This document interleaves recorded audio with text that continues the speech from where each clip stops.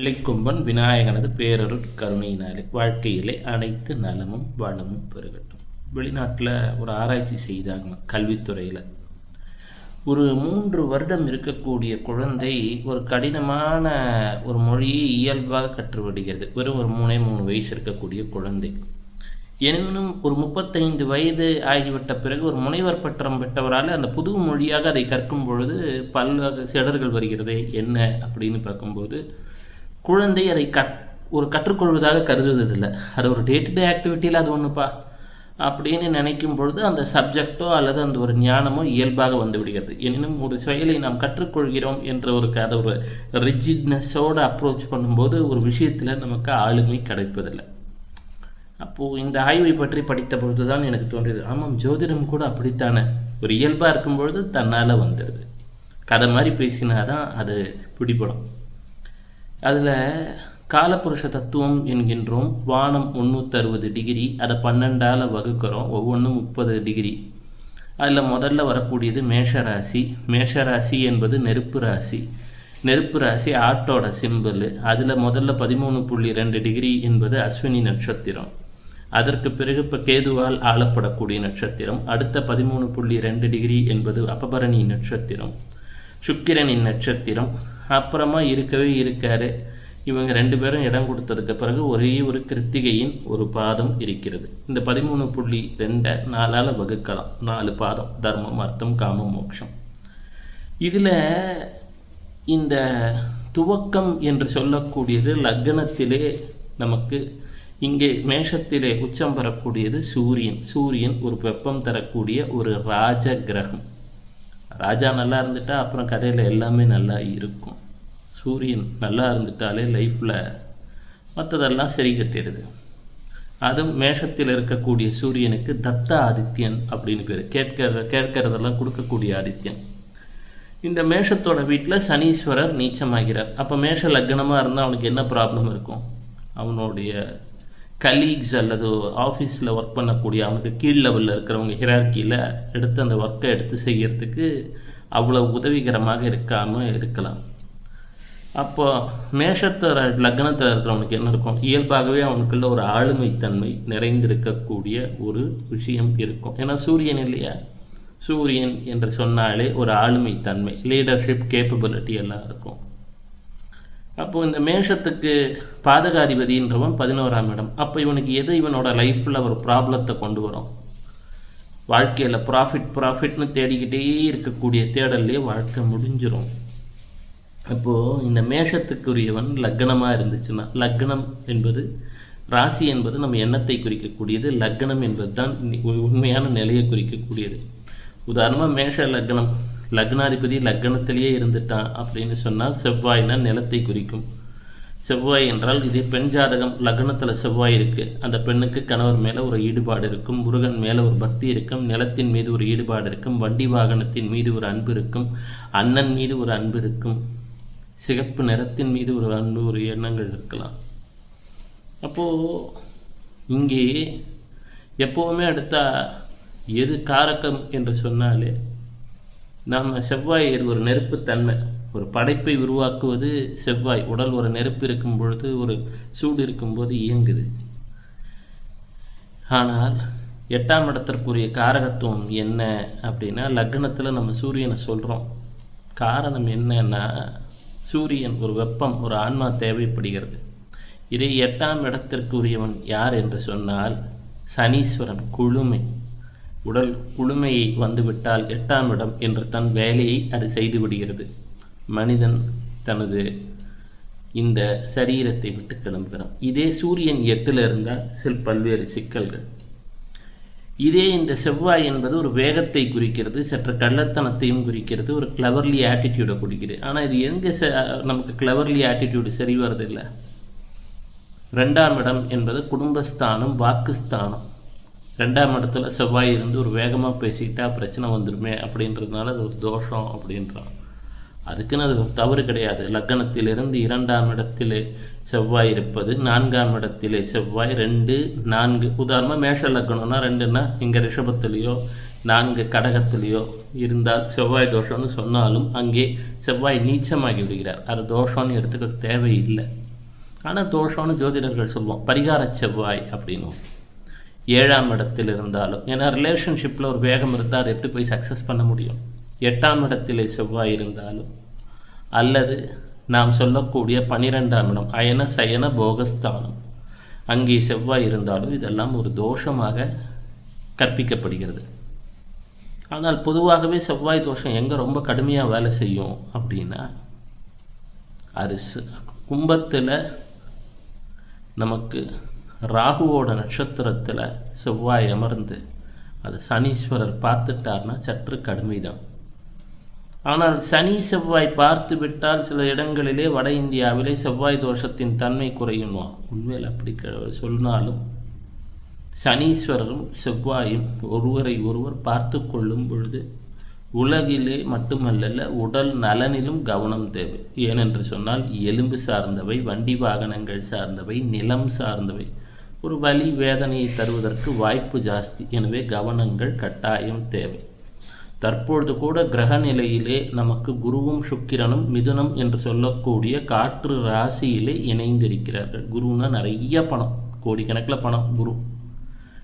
சுக்கிரன்னா அன்றாட தேவைக்கு பணம். தற்பொழுது மிதுனத்திலே குருவும் சுக்கிரனும் இணைந்திருக்கிறார்கள். இது பேர் மோடம் அப்படின்ற ஒரு அமைப்பு. இது புதனமே வக்கரமாக இருக்கார்.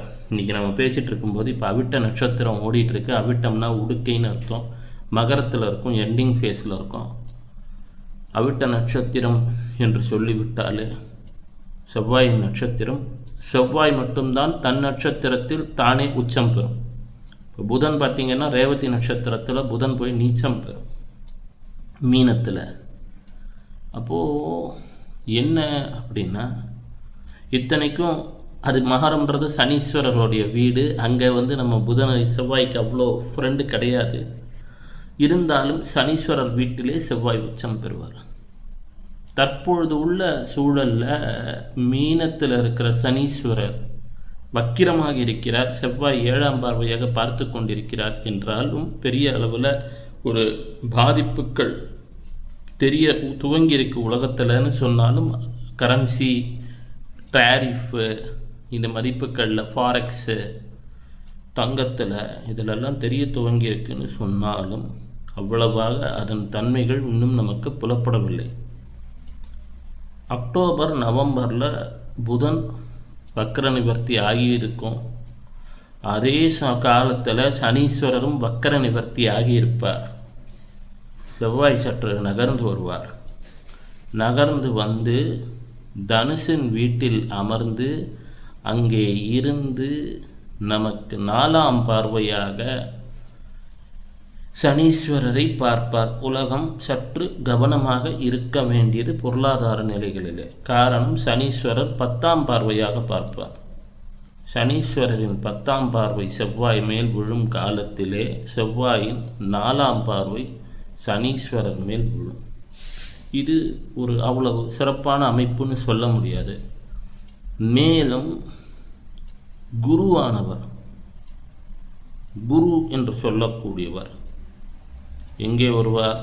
கடகத்துக்கு மெல்ல நகருவார். அடுத்த வருஷத்தில் ரிஷபத்திலிருந்து கடகம் 3ஆம் வீடு. எப்போவுமே தெரிஞ்சுக்கணும், ஒரு ஜாதகத்திலே குரு என்று சொல்லக்கூடியவர் ராசியில் இருந்தாலோ, ராசிக்கு 3ஆம் இடத்திலோ, 6ஆம் இடத்திலோ, 10ஆம் இடத்திலோ, 12ஆம் இடத்திலோ, 8ஆம் இடத்திலோ அவ்வளவு சிறப்பு கிடையாது. சரி, இது போன்ற ஒரு சூழ்நிலையில் நகர்ந்துட்டு இருக்கோம். சனீஸ்வரரும் செவ்வாயும் ஒருவரை ஒருவர் பார்த்து கொண்டால் அது போன்ற சூழ்நிலைகளிலே பழனி முருகனை பற்றி ஏதாவது கேட்கணும். பழனி முருகனை நினச்சி 6 முறை ஆறுமுகான்னு சொல்லணும். ஆறுமுகா ஆறுமுகா ஆறுமுகா ஆறுமுகா ஆறுமுகா ஆறுமுகா ஆறுமுகான்னு. வாய்ப்பு இருப்பவர்கள் திருஆவினன்குடிக்கு சென்று பழனி முருகனை வணங்கி வரலாம். திரு என்றால் மகாலட்சுமியை குறிக்கும். ஆ என்று சொன்னால் அது நமது கோமாதாவை குறிக்கும். இனன் என்று சொன்னால் சூரியனை குறிக்கும். அப்போது சூரியனுக்கும் சுக்கிரனுக்குமான தோஷங்களை, ஒரு ஜாதகத்தில் சூரியனும் சுக்கிரனும் ரொம்ப சேர்ந்து இருந்துடக்கூடாது. சூரியனும் சுக்கிரனும் ஒரு 8 டிகிரிக்குள்ளே இருந்தால், ரொம்ப கன்ஜங்ஷன் அஸ்தங்கம் ஆயிடுச்சுன்னா இருந்தும் இல்லாத சூழ்நிலை அந்த வாழ்க்கையில் வந்துடும். அதுக்குன்னு சூரியனும் சுக்கிரனும் ரொம்ப தள்ளியும் இருந்துடக்கூடாது. சில இதில் பார்த்தீங்கன்னா சூரியன் உதாரணத்துக்கு சொல்கிறேன் மீனத்தில் இருப்பார், சுக்கிரன் ரிஷபத்தில் இருப்பார் அல்லது மகரத்தில் இருப்பார். ஏன்னா சூரியனுக்கும் சுக்கிரனுக்கும் மேக்சிமம் டிஃபரன்ஸ் ஒரு பாக்ஸ் போகலாம், அவ்வளோதான். ஏன்னா அவங்க 45 டிகிரி தாண்டாது. வானமண்டலத்தில் சூரியன் சுக்கிரன் புதன் இதெல்லாம் இணைஞ்சே செல்லக்கூடிய கிரகங்கள். எனினும் சூரியனும் சுக்கிரனும் புதனும் ரொம்பவும் நெருங்கிடக்கூடாது, 3 டிகிரி 5 டிகிரிக்குள்ளெல்லாம். உதாரணமாக சூரியன் 25 டிகிரியில் இருக்குது, சுக்கிரன் 28 இருக்குது, அதே போல் 29 இருக்குது, ரொம்ப க்ளோஸாக இதில் இருக்குன்னா அதோட பலன் கிடைக்காமல் போயிடும். இந்த அஸ்தங்கம் அப்படின்வாங்க. சூரியன்றது நெருப்புலேருந்து எல்லாம் கொஞ்சம் தள்ளி இருக்கணும், ரொம்பவும் தள்ளி இருக்கக்கூடாது. ரொம்பவும் தள்ளி இருந்தால் அதோட பலன் கிடையாது. தற்பொழுது சனீஸ்வரரும் செவ்வாயும் ஒருவரை 7ஆம் பார்வையாக பார்த்து கொண்டிருக்கிறார்கள். இது போன்ற சூழ்நிலையிலே பழனி முருகன் நம்மை காப்பாற்ற வேண்டும், கடை தேற்ற வேண்டும். சொன்னது போல் குளிரும் நெருப்பும் என்ற சூழ்நிலை. அல்ல சிலர் சொல்லுவான் கன்னி செவ்வாய் கடலும் வற்றும் அப்படின்னு. அதுதான் உண்மை. அதாவது கடன் வற்றும், கடல் வற்றாது. இப்போ இருக்கிறது கன்னி செவ்வாய். எனவே அச்சப்பட தேவையில்லை. இது போன்ற சூழ்நிலையிலே முருகப்பெருமானை தியானிப்போம். நாளை மீண்டும் சந்திப்போம். சொன்னதை போல் ஒரு மனுஷனோட வாழ்க்கையோட நேக்கம். நீங்கள் இப்போ உதாரணமாக மிதுன லக்னத்தில் பிறந்திருக்கீங்கன்னு வச்சுக்கோங்களேன்.